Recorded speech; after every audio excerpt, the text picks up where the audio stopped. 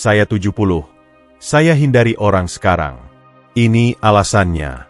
Halo teman-teman, mencapai usia 70 adalah tonggak yang tak pernah saya bayangkan akan datang begitu cepat. Satu saat Anda berusia 20-an, penuh rencana dan energi, lalu tiba-tiba Anda bangun dalam tubuh yang terasa berbeda setiap hari, dengan kenangan melintasi dekade. Hidup berubah, prioritas bergeser, dan seiring bertambahnya usia, saya perhatikan sesuatu yang mengejutkan tentang diri saya.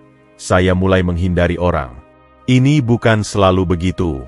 Dulu saya sangat sosial, selalu dikelilingi teman dan keluarga, menghadiri acara, membantu di komunitas, dan menjadi orang yang bisa diandalkan semua orang. Tapi di suatu titik, sesuatu berubah. Awalnya saya pikir itu hanya saya, tapi sekarang saya sadar ini mungkin lebih umum daripada yang saya bayangkan. Izinkan saya jelaskan mengapa. Jika Anda menikmati video ini, beri jempol. Jangan lupa berlangganan dan nyalakan notifikasi agar tak ketinggalan pembaruan. Waktu kini terasa lebih berharga daripada sebelumnya. Di usia 70, saya mendapati diri saya memikirkan waktu dengan cara yang tak pernah saya lakukan dulu. Bukan hanya detik jam atau pergantian kalender, melainkan kesadaran tak terbantahkan bahwa waktu itu terbatas. Saat muda, waktu terasa melimpah. Seperti sungai tak berujung mengalir menuju cakrawala yang tak diketahui. Saya membuangnya dengan bebas. Percaya selalu ada lagi waktu untuk obrolan kosong, hubungan yang tak bermuara, dan tugas yang tak memberi sukacita atau makna. Dulu itu tampak tak penting, tapi kini setiap momen terasa seperti hadiah. Saya tak ingin menyia-nyiakannya. Waktu bukan lagi sekadar ukuran, melainkan teman, kadang baik, kadang keras. Selalu mengingatkan saya untuk menghargai apa yang tersisa. Ada di pagi yang tenang saat saya duduk dengan kopi, menyaksikan matahari terbit, menikmati hangatnya cangkir di tangan. Ada di siang hari saat saya berjalan jauh, merasakan daun kering berderit di bawah kaki, bersyukur atas kekuatan yang masih ada di kaki saya. Dan ada di malam hari, duduk di kursi favorit, merenungkan kenangan hidup yang telah dijalani dengan baik. Dulu saya isi waktu dengan orang dan aktivitas, berpikir semakin banyak yang saya lakukan, semakin penuh hidup saya. Tapi saya belajar bahwa yang sebaliknya justru benar. Ini bukan tentang seberapa banyak yang Anda lakukan atau berapa banyak orang di sekitar Anda, melainkan kualitas pengalaman dan hubungan itu. Kini saya pilih dengan hati-hati di mana dan bersama siapa saya habiskan waktu. Saya lebih suka percakapan tenang dengan seseorang yang benar-benar memahami saya, daripada hadir di kerumunan di mana saya merasa asing di lautan wajah. Sebenarnya, saya jadi sangat melindungi waktu saya karena saya sadar betapa tak tergantikannya itu. Saat muda, Anda pikir selalu ada hari esok untuk memperbaiki kesalahan, menghidupkan kembali persahabatan, atau mengejar mimpi. Tapi seiring usia, Anda paham bahwa hari esok lebih sedikit dari yang Anda mau akui. Ini tak membuat saya sedih, melainkan membuat saya sengaja. Saya tak buang jam pada drama tak bermakna, obrolan dangkal, atau kewajiban yang tak sesuai dengan nilai saya. Sebaliknya, saya curahkan waktu pada yang benar-benar penting, kesehatan, gairah, dan orang-orang yang membawa cahaya dalam hidup saya. Ada kedamaian mendalam dalam pergeseran ini. Saya berhenti merasa bersalah karena menolak hal-hal yang tak bermanfaat bagi saya. Saya tak lagi merasa perlu menjelaskan diri saat memilih kesendirian daripada bersosialisasi. Bukan karena saya tak menghargai hubungan, malah saya menghargainya lebih dari sebelumnya, tapi fokus saya berubah. Saya ingin koneksi saya tulus, percakapan saya bermakna, dan hari-hari saya terasa penuh, bukan sekadar sibuk. Waktu di tahap hidup ini juga tentang melepaskan. Melepaskan penyesalan atas momen yang terbuang, melepaskan dendam yang dulu tampak penting, dan melepaskan kebutuhan untuk melakukan segalanya. Saya belajar bahwa tak apa untuk melambat dan sekadar menjadi. Tak ada lagi terburu-buru. Tak ada lomba menuju garis akhir. Momen terbaik bukan pada pencapaian besar, melainkan pada sukacita kecil yang tenang, lagu favorit, angin sepau-sepau, tawa tulus. Jadi ya, waktu terasa lebih berharga dari sebelumnya, tapi juga terasa lebih kaya. Saya berhenti mengejarnya dan mulai menikmatinya. Dan dalam hal itu saya temukan kepuasan yang tak pernah saya tahu mungkin ada. Di usia 70, saya tak ingin sia-siakan satu momen pun. Bukan karena takut kehabisan, melainkan karena saya akhirnya paham betapa berharganya itu sebagai hadiah. 2. Hubungan berubah, Begitu pula kita. Seiring tahun berlalu, hubungan bertransformasi dengan cara yang mungkin tak pernah Anda antisipasi.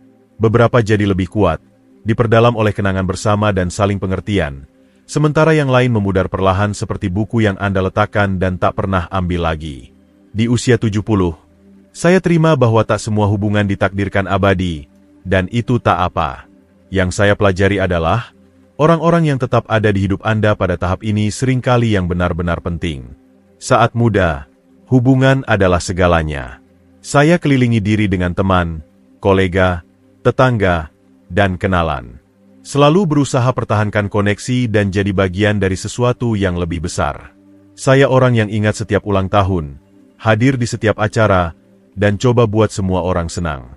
Tapi seiring waktu, saya sadar betapa banyak energi yang dibutuhkan untuk pertahankan hubungan yang tak selalu memberi nutrisi bagi saya sebagai balasan. Hidup punya cara alami memangkas cabang-cabang pohon sosial Anda. Orang pindah, sibuk, atau berubah dengan cara yang sulit untuk tetap terhubung. Beberapa hubungan berakhir dengan patah hati, yang lain hanya dengan waktu.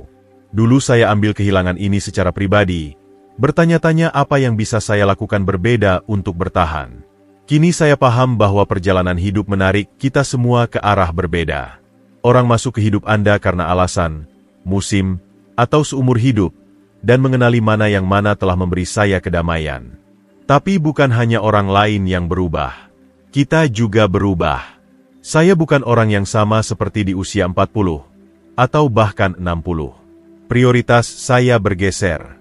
Saya lebih menghargai kesederhanaan, kebaikan, dan keaslian daripada sebelumnya. Saya tak punya kesabaran untuk drama atau hubungan yang terasa sepihak. Dulu saya pikir hadir untuk semua orang membuat saya teman atau anggota keluarga yang baik, tapi saya sadar hubungan sejati itu timbal balik. Mereka tak menguras Anda, mereka mengisi Anda. Beberapa pelajaran paling mendalam tentang hubungan saya dapatkan melalui sakit hati, kepercayaan yang dipatahkan oleh orang yang saya sayangi, kesetiaan yang tak dibalas, atau kebaikan yang dianggap remeh. Semua pengalaman ini meninggalkan bekas, tapi juga mengajari saya cara menetapkan batasan, mengenali tanda bahaya, dan yang terpenting, menghargai kesejahteraan saya sendiri. Kini saya beri waktu dan energi pada orang-orang yang mengangkat saya, bukan yang membebani saya. Namun, bahkan dengan pelajaran ini, kadang saya rasakan rindu pada hubungan yang telah memudar, teman yang dulu seperti saudara, tapi tak saya ajak bicara selama bertahun-tahun. Anggota keluarga yang hidupnya mengambil jalur berbeda. Ini bittersweet saat menoleh pada koneksi itu, tapi saya belajar menghargainya atas apa adanya. Momen berharga dalam waktu yang membantu membentuk saya menjadi diri saya sekarang. Jika Anda masih menonton video ini dan merasa wawasan ini berharga, silakan komentar dengan angka 1 di bawah ini untuk memberitahu saya bahwa Anda ada di sini. Dan jika Anda belum berlangganan, saya sarankan Anda berlangganan dan mengaktifkan lonceng agar tidak ketinggalan video apapun. Dukungan Anda membantu kami terus menciptakan konten yang baik untuk memberi informasi dan menginspirasi Anda. Sekarang, mari kita lanjutkan. 3. Kepercayaan jadi lebih rumit. Semakin tua, semakin Anda sadari betapa rapuhnya kepercayaan. Di masa muda, saya mudah percaya, yakin pada kebaikan orang dan niat mereka. Tapi seiring hidup terbuka, saya temui pengkhianatan dengan cara yang membuat saya lebih hati-hati. Kepercayaan yang hilang sulit didapat kembali, dan di usia 70, saya jauh lebih selektif soal siapa yang saya izinkan masuk ke lingkaran dalam saya. Bukan karena saya pahit atau marah, saya tidak, tapi pengalaman telah mengajari saya untuk berhati-hati. Selama bertahun-tahun, saya dikecewakan oleh orang yang tak pernah saya duga akan menyakiti saya.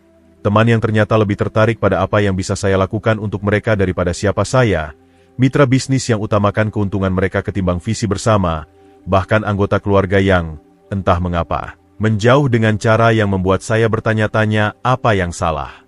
Pengalaman ini memberi saya pilihan, menutup diri sepenuhnya atau mendekati hubungan baru dengan campuran keterbukaan dan kehati-hatian. Saya pilih yang terakhir, tapi kehati-hatian itu ada harganya. Saat seseorang baru masuk ke hidup saya, insting pertama saya bukan kegembiraan atau rasa ingin tahu, melainkan curiga. Saya bertanya-tanya, apa yang mereka inginkan? Apa motif mereka? Ini bukan pola pikir yang saya nikmati, tapi ini lahir dari kebutuhan. Namun, saya juga belajar bahwa kepercayaan bukan hanya soal orang lain, melainkan mempercayai diri sendiri, mempercayai insting saat sesuatu tak terasa benar, mempercayai kemampuan untuk menjauh dari orang-orang beracun tak peduli berapa lama mereka ada di hidup Anda, dan mempercayai bahwa tak apa melindungi hati meski itu berarti menjaga jarak. Tetap saja, kepercayaan adalah hal rumit. Saya bertemu orang dalam beberapa tahun terakhir yang memulihkan keyakinan saya pada kemanusiaan, meski hanya sedikit. Orang asing yang baik hati yang membantu saat saya menjatuhkan sesuatu di toko, tetangga yang mengecek saat cuaca buruk. Momen ini mengingatkan saya bahwa meski kepercayaan kini lebih sulit diberikan, itu tak mustahil.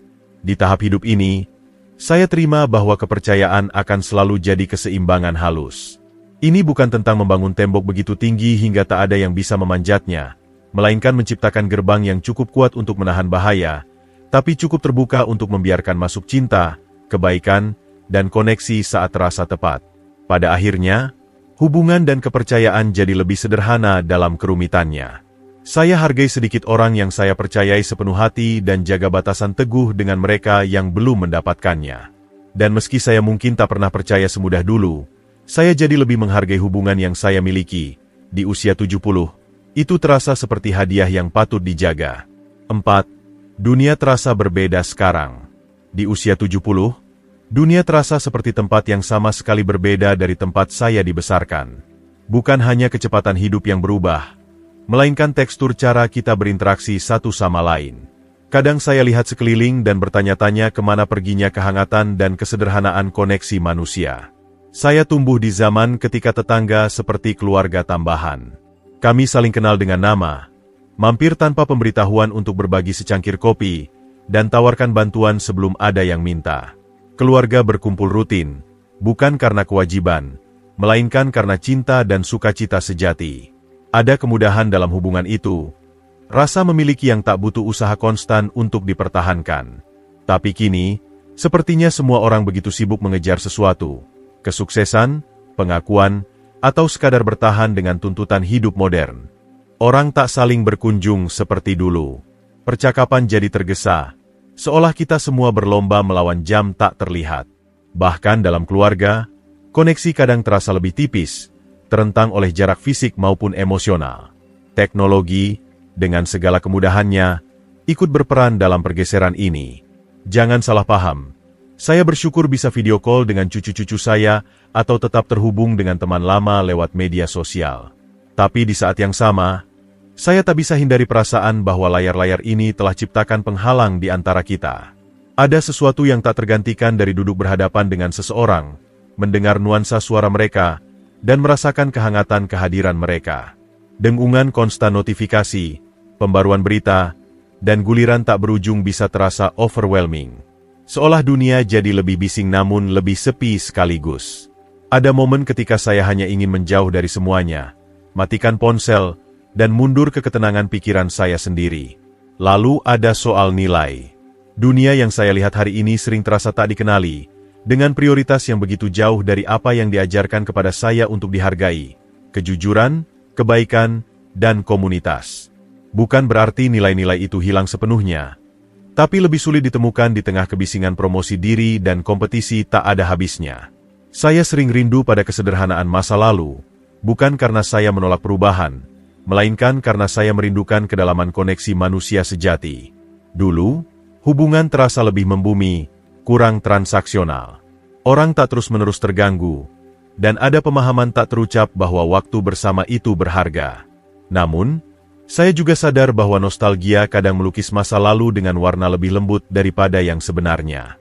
Hidup tak pernah sempurna, dan setiap era punya tantangannya. Tapi seiring dunia bergerak maju, saya mendapati diri saya mundur, bukan karena kepahitan, melainkan karena keinginan untuk berpegang pada apa yang masih terasa nyata dan bermakna bagi saya. 5. Kesendirian bukan kesepian. Di masa muda, saya samakan sendiri dengan kesepian.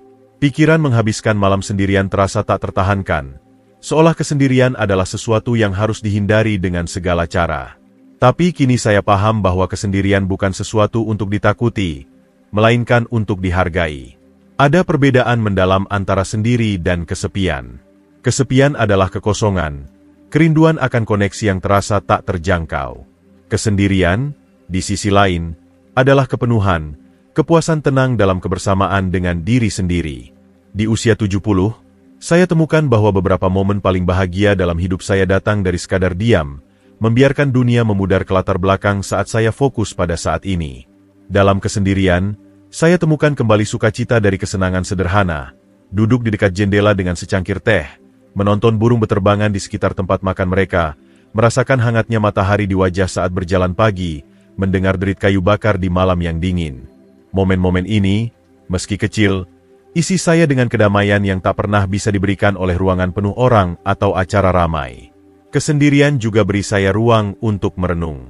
Di tahap hidup ini, kenangan jadi penghibur sekaligus guru.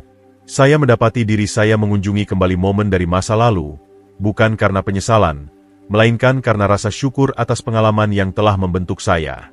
Dalam ketenangan pikiran saya sendiri, saya bisa berdamai dengan hal-hal yang dulu sulit saya pahami. Ini bukan berarti saya benar-benar memutus diri dari dunia. Saya masih nikmati melihat wajah cucu-cucu saya berseri saat mereka berkunjung, mengobrol dengan teman lama, atau terlibat dalam hal-hal yang penting bagi saya. Tapi koneksi itu terasa lebih bermakna kini karena itu pilihan, bukan kewajiban. Saya tak lagi merasa perlu bilang ya untuk setiap undangan atau pertahankan hubungan yang menguras saya. Kesendirian juga bantu saya hargai hubungan yang tersisa. Saat saya habiskan waktu dengan orang lain, saya hadir sepenuhnya, menikmati momen yang kami bagi. Tak ada terburu-buru, tak ada gangguan, hanya sukacita bersama, walau sebentar.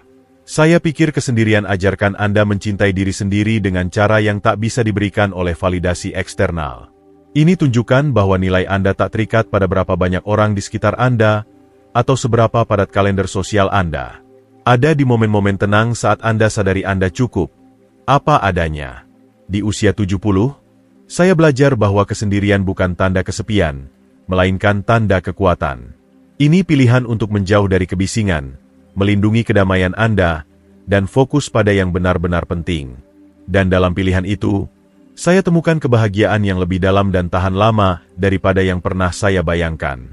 Jika Anda masih menonton video ini dan merasa wawasan ini berharga, silakan komentar dengan angka 2 di bawah ini untuk memberitahu saya bahwa Anda ada di sini. Dan jika Anda belum berlangganan, saya sarankan Anda berlangganan dan mengaktifkan lonceng agar tidak ketinggalan video apapun. Dukungan Anda membantu kami terus menciptakan konten yang baik untuk memberi informasi dan menginspirasi Anda. Sekarang, mari kita lanjutkan. 6. Mengapa saya hindari orang sekarang? Di tahap hidup ini, menghindari orang bukan tentang kepahitan atau dendam, melainkan tentang kedamaian. Setelah 7 dekade memberi, belajar, dan kadang terluka, saya paham bahwa tak setiap hubungan ditakdirkan bertahan dan tak setiap koneksi layak atas energi yang dibutuhkan untuk mempertahankannya. Ini pelajaran yang membebaskan sekaligus bittersweet, yang saya rangkul bukan karena sedih, melainkan karena kebutuhan. Selama sebagian besar hidup saya tipe orang yang utamakan orang lain. Saya beri waktu, energi, dan hati saya dengan bebas, sering tanpa harap banyak sebagai balasan. Saya ingin disukai, membantu, jadi seseorang yang bisa diandalkan orang lain, dan untuk waktu lama itu terasa benar. Saya berkembang karena dibutuhkan, muncul untuk orang lain, jadi tangan yang stabil yang bisa dipercaya. Tapi hidup punya cara mengajari Anda di mana batasan Anda seharusnya, meski butuh dekade untuk pelajari pelajaran itu. Saya dikecewakan oleh orang yang saya percayai, disakiti oleh yang saya cintai, dan dikuras oleh hubungan yang ambil jauh lebih banyak daripada yang mereka beri. Ada saat saya abaikan tanda bahaya karena sangat ingin lihat kebaikan dalam seseorang. Ada saat saya bertahan dalam situasi yang kikis kebahagiaan saya karena saya pikir itu arti kesetiaan. Kini di usia 70, saya lihat hal-hal lebih jelas. Menghindari orang tak berarti saya menyerah pada kemanusiaan. Ini berarti saya belajar lindungi kesejahteraan saya sendiri. Saya tak lagi merasa wajib pertahankan hubungan beracun atau terlibat dalam situasi yang buat saya merasa kosong. Saya tukar kebisingan kewajiban sosial dengan ketenangan kesendirian yang bermakna, dan saya tak pernah merasa lebih damai. Saya hindari orang yang bawa drama ke hidup mereka dan saya. Saya hindari mereka yang jadikan segalanya tentang diri mereka, yang tak pernah tanya kabar saya atau peduli pada jawabannya jika mereka lakukan. Saya hindari orang yang anggap kebaikan saya remeh, mengira itu tak ada habisnya. Dan yang terpenting, saya hindari situasi yang buat saya merasa kurang dari siapa saya sebenarnya. Ini bukan berarti saya tutup diri sepenuhnya. Saya masih hargai hubungan yang penting, teman dan keluarga yang telah lulus ujian waktu, yang muncul bukan karena butuh sesuatu, melainkan karena mereka peduli. Koneksi itu suci bagi saya, dan saya pelihara dengan semua cinta yang saya miliki untuk beri. Tapi saya tak lagi merasa perlu jaring yang luas. Lingkaran kecil yang lebih dalam sudah lebih dari cukup. Dalam beberapa cara, menghindari orang telah izinkan saya lebih hargai mereka. Saat saya habiskan waktu dengan orang lain, itu karena saya benar-benar ingin, bukan karena merasa wajib. Percakapan jadi lebih kaya, momen lebih berkesan karena itu dipilih, bukan dipaksa. 7. Apakah ini terdengar familiar? Saya sering bertanya-tanya apakah orang lain di kelompok usia saya rasakan hal yang sama. Apakah ini hanya saya? Atau waktu secara alami buat Anda lebih selektif? Apakah kekecewaan dan pengkhianatan hidup pimpin kita semua untuk jaga hati lebih ketat? Utamakan kedamaian di atas segalanya? Saat saya lihat ke belakang, saya sadari bahwa banyak dari hidup muda saya dihabiskan coba penuhi harapan orang lain. Saya ingin jadi segalanya bagi semua orang, teman baik, pasangan andal, anggota keluarga yang suportif. Tapi seiring tahun berlalu, saya mulai lihat betapa melelahkannya itu, dan betapa sedikitnya diri saya yang tersisa di akhirnya. Kini saya berhenti minta maaf karena lindungi waktu dan energi saya. Saya berhenti merasa bersalah karena pilih kesendirian daripada bersosialisasi, dan saya berhenti bertanya-tanya apakah ada yang salah dengan saya karena butuh ruang untuk bernapas, merenung, dan sekadar menjadi. Jika Anda di usia 60-an, 70-an, atau lebih, mungkin Anda temukan diri Anda buat pilihan serupa. Mungkin Anda mulai menjauh dari hubungan yang tak lagi bermanfaat bagi Anda, atau situasi yang buat Anda merasa terkuras ketimbang terpenuhi. Mungkin Anda perhatikan bahwa Anda hargai kualitas daripada kuantitas soal orang-orang di hidup Anda. Ini bukan transisi mudah. Kadang terasa seperti melepaskan bagian dari diri Anda. Tapi sebenarnya, tahap hidup ini tentang melepaskan apa yang tak lagi cocok. Ini tentang ciptakan ruang untuk kedamaian, sukacita, dan hal-hal yang benar-benar penting. Jika ini beresonansi dengan Anda, saya ingin Anda tahu Anda tak sendiri. Tak ada buku panduan untuk navigasi bagian hidup ini. Tak ada pendekatan satu ukuran untuk semua. Beberapa orang berkembang dalam lingkaran sosial besar hingga usia emas mereka, dan itu luar biasa bagi mereka. Tapi jika Anda seperti saya dan temukan kenyamanan dalam kesendirian, dalam koneksi yang lebih kecil dan lebih dalam, itu sama validnya. Di usia 70, saya belajar bahwa tak apa melepaskan apa yang tak lagi bermanfaat bagi Anda. Tak apa utamakan diri Anda, lindungi kedamaian Anda, dan jalani hidup sesuai cara Anda sendiri. Dan dalam hal itu, saya temukan kebebasan yang tak pernah saya tahu ada, kebebasan untuk jadi sepenuhnya, tanpa minta maaf, diri saya sendiri. Jadi jika Anda temukan diri Anda menjauh dari orang atau lebih sering pilih kesendirian, jangan lihat itu sebagai kehilangan, lihat itu sebagai keuntungan. Ini hadiah untuk bisa ukir hidup yang terasa tepat bagi Anda, meski itu terlihat berbeda dari yang orang lain harapkan.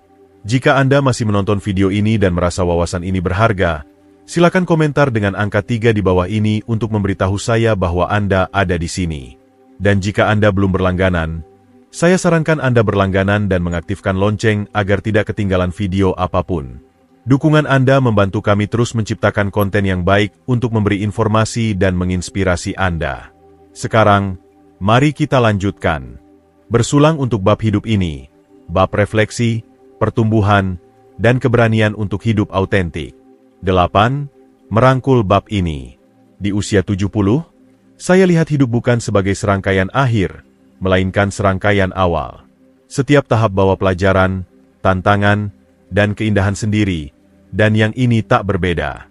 Bab hidup ini, dengan kesederhanaan tenang dan refleksi yang lebih dalam, terasa seperti puncak, waktu untuk rangkul siapa saya sekarang dan lepaskan hal-hal yang tak lagi penting. Saat muda, Anda sering hidup dengan urgensi, kebutuhan konstan untuk lakukan lebih, capai lebih, dan jadi lebih. Ada kegelisahan yang dorong Anda maju, didorong oleh keyakinan bahwa masa depan punya kemungkinan tak terbatas. Tapi seiring usia, kegelisahan itu memudar. Anda berhenti kejar apa yang ada di luar sana, dan mulai hargai apa yang ada di sini. Ini bukan tentang menyerah, melainkan tentang geser fokus Anda. Bab ini tentang kesederhanaan, tentang nikmati momen kecil yang sering tak diperhatikan, cahaya pagi yang masuk lewat jendela, tawa cucu, kehangatan pelukan orang tersayang. Ini momen-momen yang jangkar saya, yang ingatkan saya pada apa yang benar-benar penting. Ini juga tentang refleksi. Di usia 70, saya mendapati diri saya lihat kembali hidup yang telah saya jalani, bukan dengan penyesalan, melainkan dengan rasa syukur. Ada kemenangan yang isi saya dengan kebanggaan, kesalahan yang ajarkan saya ketahanan, dan patah hati yang bentuk saya dengan cara yang tak bisa saya pahami saat itu.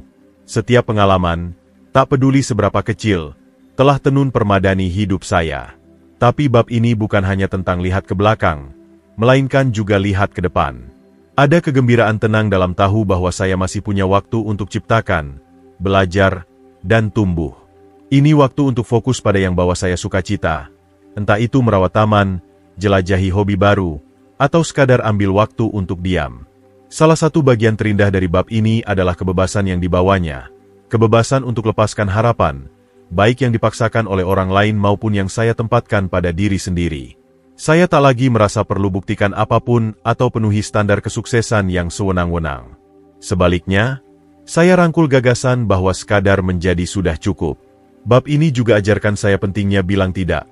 Tidak pada kewajiban yang kuras saya, tidak pada hubungan yang tak lagi bermanfaat bagi saya, dan tidak pada tekanan untuk jadi segalanya bagi semua orang.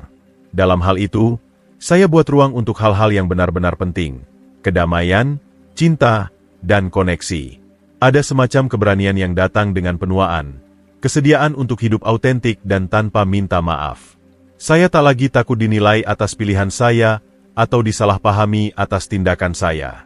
Di usia 70, saya telah dapatkan hak untuk utamakan kesejahteraan saya, ucapkan kebenaran saya, dan jalani hidup sesuai cara saya. Bab ini juga tentang rasa syukur. Syukur atas hidup yang telah saya jalani, orang-orang yang telah saya cintai, dan kenangan yang telah saya buat. Syukur atas kekuatan yang bawa saya lewati masa sulit dan sukacita yang terangi masa baik. Dan syukur atas fakta sederhana bahwa saya masih di sini, dengan lebih banyak hidup untuk dijalani dan lebih banyak pelajaran untuk dipelajari. Jadi, apa arti merangkul bab ini sebenarnya? Ini berarti terima masa lalu tanpa berpegang padanya, rangkul masa kini dengan tangan terbuka, dan lihat ke masa depan dengan harapan. Ini berarti temukan keindahan dalam keseharian, hargai hubungan yang penting, dan lepaskan apapun yang tak bawa kedamaian. Ini tak selalu mudah, ada momen kesepian, bertanya-tanya apa yang akan datang, merindukan orang dan tempat yang dulu isi hidup saya. Tapi bahkan di momen itu, ada kekuatan tenang, pengingat bahwa saya telah sampai sejauh ini dan bahwa saya punya segala yang saya butuh dalam diri saya untuk terus maju. Di usia 70, saya sadari bahwa hidup kurang tentang tonggak besar dan lebih tentang momen kecil bermakna yang isi hari-hari kita. Bab ini, meski berbeda dari yang sebelumnya, tak kalah penting. Dalam banyak cara, ini terasa seperti bagian paling autentik, paling jujur, dan paling damai dari perjalanan saya. Merangkul bab ini bukan tentang terima keterbatasan, melainkan tentang rayakan kemungkinan. Ini tentang hormati hidup yang telah saya jalani sambil tetap terbuka pada apapun yang datang berikutnya. Dan yang terpenting, ini tentang hidup penuh, dalam, dan tanpa minta maaf, satu hari pada satu waktu. Penutup. Di usia 70, hidup ajarkan saya bahwa ini bukan tentang seberapa banyak yang Anda lakukan atau miliki, melainkan tentang kualitas apa yang Anda hargai. Momen, koneksi, dan kedamaian yang Anda bawa dalam diri. Saya temukan sukacita dalam kesederhanaan, kekuatan dalam kesendirian, dan kepuasan dalam fokus pada yang benar-benar penting. Menghindari orang bukan tentang kepahitan, melainkan tentang lindungi kedamaian yang telah saya perjuangkan untuk temukan.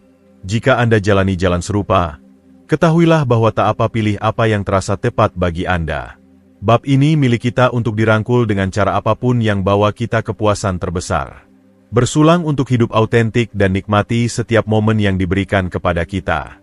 Pelajaran ini dimaksudkan untuk menginspirasi Anda hidup penuh dan autentik. Sekarang, saya ingin dengar dari Anda. Ambil waktu untuk renungkan dan bagikan satu hal yang telah Anda pelajari dan rencanakan untuk terapkan dalam hidup Anda sendiri. Mari dukung satu sama lain dalam perjalanan menuju merangkul kebenaran ini. Jika Anda nikmati video ini, Tinggalkan komentar dengan 1.